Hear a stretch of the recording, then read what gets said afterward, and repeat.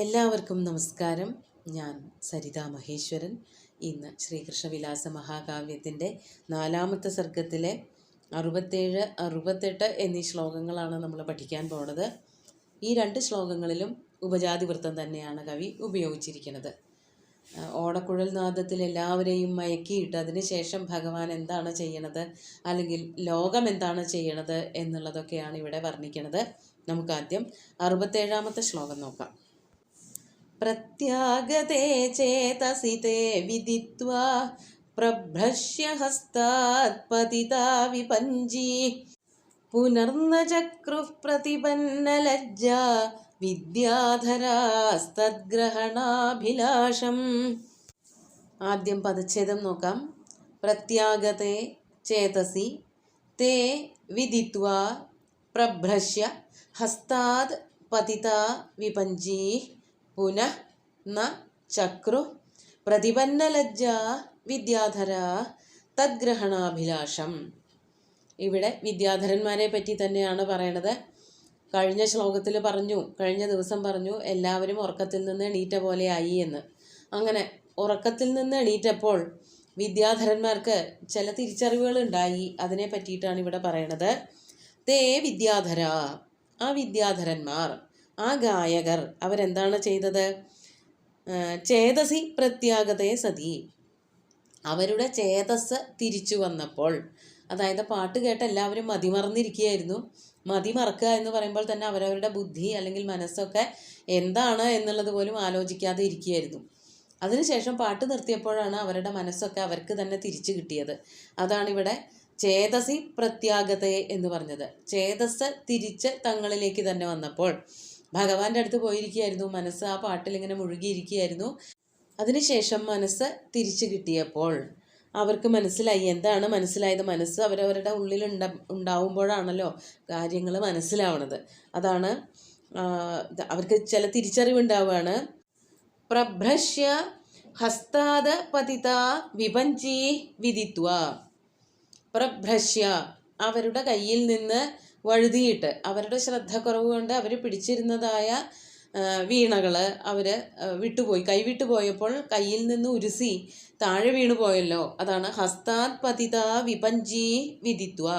കയ്യിൽ നിന്ന് വിപഞ്ചികൾ താഴേക്ക് വീണുപോയതായി മനസ്സിലാക്കിയിട്ട്, വിദിത്വ അതറിഞ്ഞിട്ട് അവർക്ക് ആകെ നാണം കെട്ട ഒരവസ്ഥയായി. അതാണ് അടുത്തതായിട്ട് പറയണത്.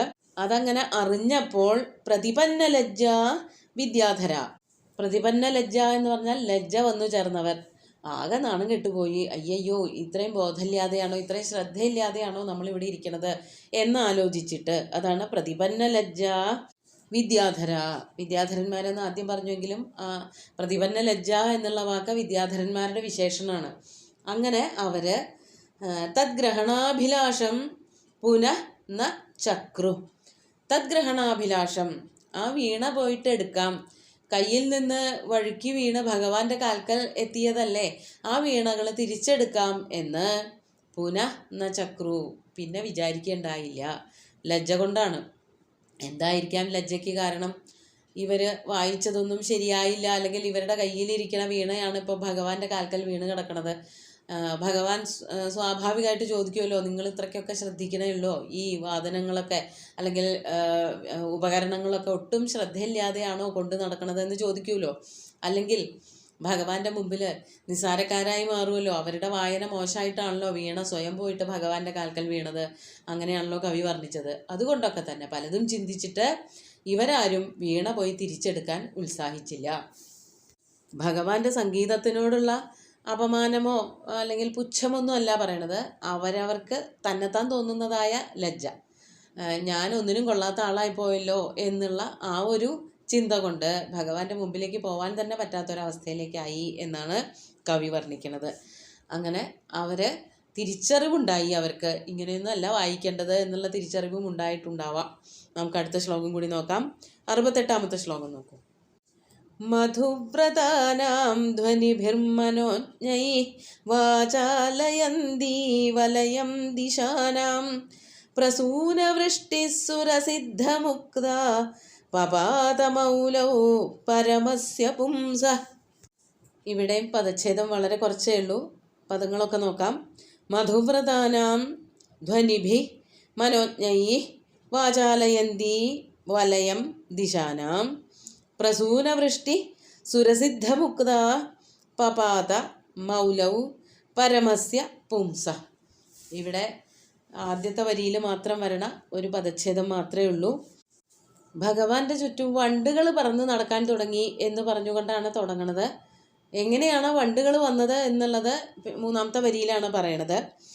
ഇവിടെ പറയാണ് മധുവ്രതാനാം മനോജ്ഞൈ ധ്വനിഭി ദിശാനാം വലയം വാചാലയന്തി സുരസിദ്ധമുക്ത പ്രസൂനവൃഷ്ടി. മധുവ്രതന്മാരെന്ന് പറഞ്ഞാലാണ് വണ്ടുകൾ എന്നർത്ഥം. മധുവിൽ വ്രതമുള്ളവർ, മധുവിനോട് അതായത് തേനിനോട് നല്ല താല്പര്യമുള്ള വണ്ടുകൾ.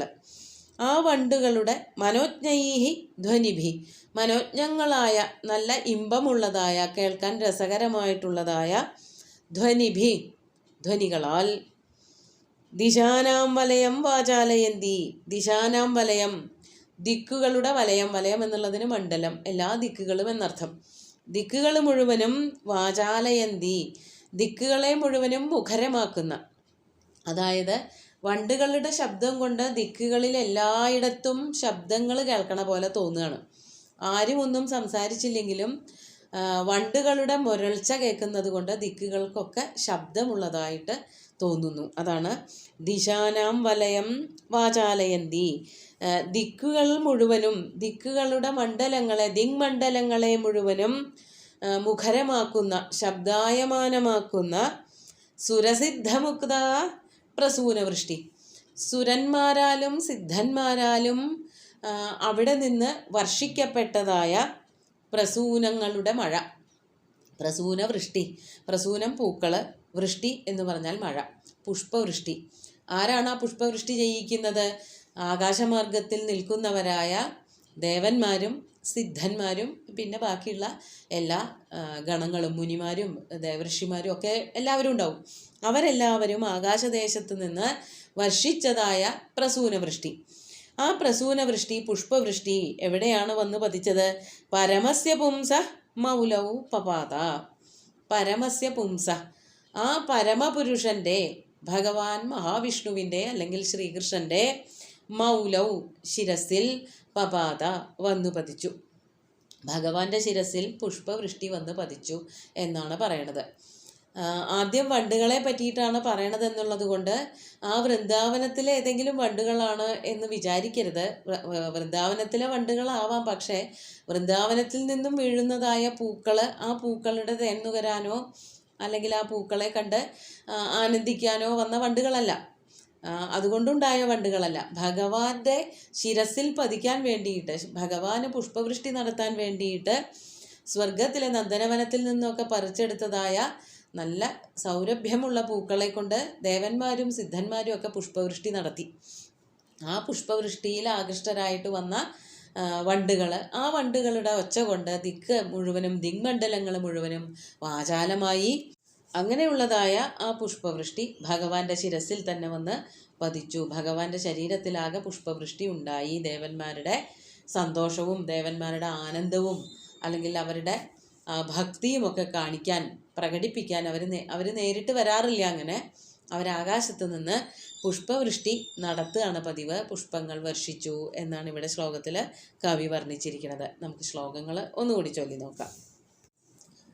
പ്രത്യാഗതേ ചേതസി തേ വിദിത്വാ പ്രഭ്രശ്യ ഹസ്താത് പതിതാ വിപഞ്ചി പുനർന ചക്രുഃ പ്രതിപന്നലജ്ജാ വിദ്യാധരാസ്തദ്ഗ്രഹണാഭിലാഷം മധുവ്രതാനാം ധ്വനിഭിർമനോജ്ഞൈ വാചാലയന്തി വലയം ദിശാനാം പ്രസൂനവൃഷ്ടിഃ സുരസിദ്ധമുക്ത പപാതമൗലൗ പരമസ്യ പുംസ.